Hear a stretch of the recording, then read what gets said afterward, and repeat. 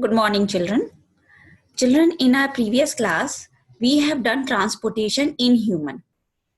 We have done that digested food, oxygen, carbon dioxide, hormones, and various other substances are need to be transported in the body. Do you think such a transport system is required in the plants also?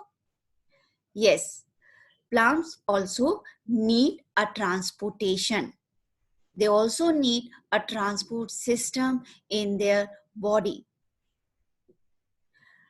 We have done that for the process of photosynthesis, water is required and they get this water from the soil. So from the soil, this water has to be absorbed and then transported to the tip of the plant. Similarly, we have also done that food is formed as a result of photosynthesis. So this photosynthesis occurs in the leaves. So from the leaves again, this prepared food in the form of sucrose need to be transported to the storage part. So yes, they need a transportation system. So transportation of the material like food, water and minerals, this occur in the plant body through two types of conducting tissue. One is known as xylem and another is known as phloem. Xylem is responsible for the transport of water and mineral from the roots to all parts of the body. Let us have a recap of the xylem structure. We have done this structure in 9th standard. See, this is made up of tracheids and vessels. Tracheids, these are the pipes with the holes. You can see these are the holes so that sideways conduction of water can occur. And vessels are also pipe. Then what is the difference between tracheid and vessel? Tracheid, they are the narrow pipe and vessels, they are the larger pipe with a broad lumen. And these are supported by the fiber cells. Their function is just to support the cell. And a student, again to remind you that xylem, this is a dead tissue. Only parenchyma is the living part that store the food. Now let us first do how transport of water and mineral occur through this xylem. After that we will do the transport of food. So this transport of water and mineral, it always occurs in two steps. What are these two steps? First of all, it has to be absorbed from the soil into the root till xylem. And second one is then from the xylem, this will go to the tip of the plant. So we have also done in 9th standard that water always move from high water potential to low water potential. Isn't it? Do you remember this? How this high water potential has to be maintained in the root. So for that, roots, they absorb minerals by the active transport method, means they will spend the energy. Active transport method is the type of transport in which substances are absorbed against concentration gradient, means from low to high concentration. It is an uphill journey, so more energy is required.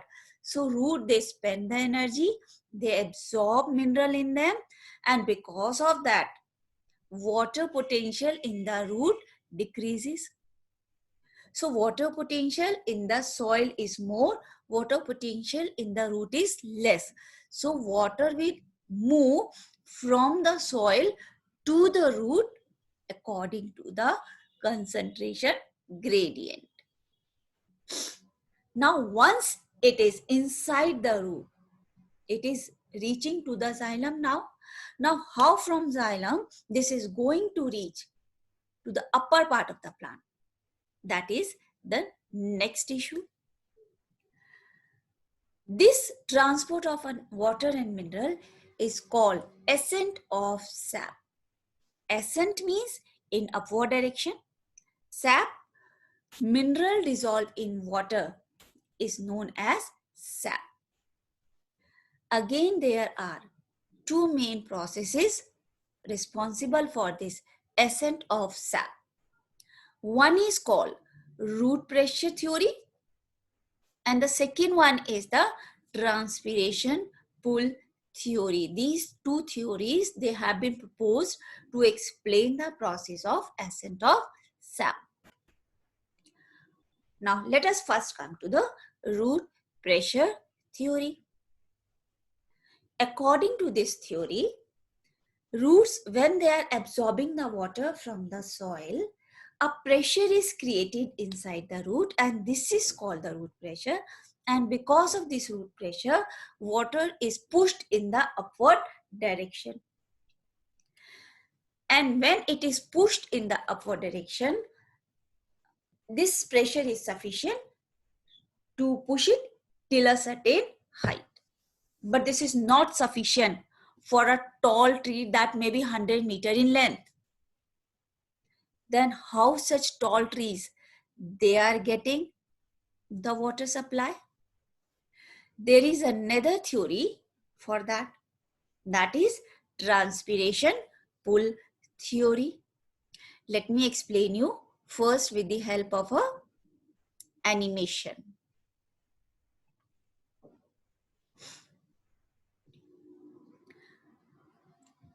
Observe this plant. See, these are the water molecules. They are absorbed by the roots. And now this is creating a root pressure. So because of this root pressure, these water molecules, they are going in the upward direction. See, from the soil particle, they are reaching here. Can you see the red dot and the blue dot? They are the minerals. Okay. And this blue one, they are the water molecules. So water molecules, they are going in the upward direction. Observe it. Inside this, there are xylem vessels. Okay, so through these xylem vessels, this pressure is creating, and because of this pressure, this is pushed in the upward direction. But just now I told you that this is not sufficient for the tall trees. See, in this only it is reaching up to a certain height only. So for that, the next theory comes is the transpiration pull theory. According to this theory, the process starts from the stomata. We have already done stomata in our first chapter also. That stomata, they are the openings on the lower surface of the leaf. See, this is stomata, and this is surrounded by the mesophyll cells in which photosynthesis process is occurring.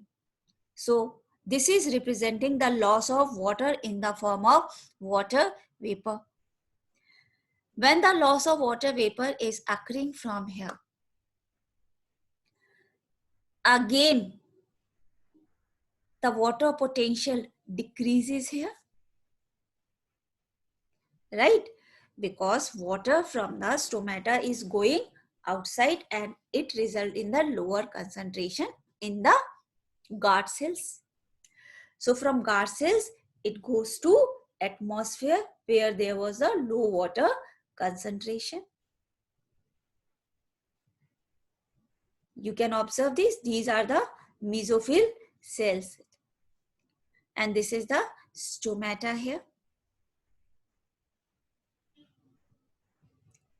So these are the water molecules from the intercellular spaces, from the mesophyll cell.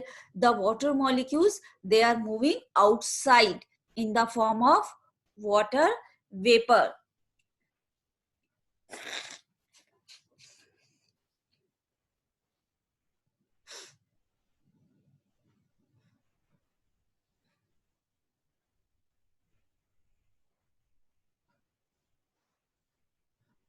Now, see, because of the pull created by this pressure, xylem vessels, they are pulling water from the roots.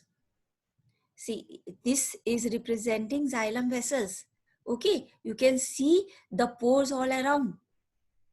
So because of this, a pull is created, and because this pull is created by the transpiration process, this is called transpiration pull. This process is called transpiration pull. And here you can see this is the wall of the xylem. So there is a force of attraction between the wall of the xylem and the water molecule. This is called the adhesion force. So this adhesion force is helping in making an unbreakable column of water. See, there is no gap in between this. Water is not going in the form of bubbles. It is going in the form of a complete column. Okay, so just look at it from the root here. Water molecule, minerals, they are entering, then through xylem vessel it is going, and then from stomata this is moving outside. Is that clear? What is transpiration pull? See, one I said is push, one I said is pull. The root pressure is the push and transpiration is the pull. It is just like when we are drinking a cold drink with the help of the straw, we are creating a pull. Pull is created in the upward direction and push is from the downward direction. So this transpiration pull is sufficient to transport water in tall trees even of the 100 meter in length.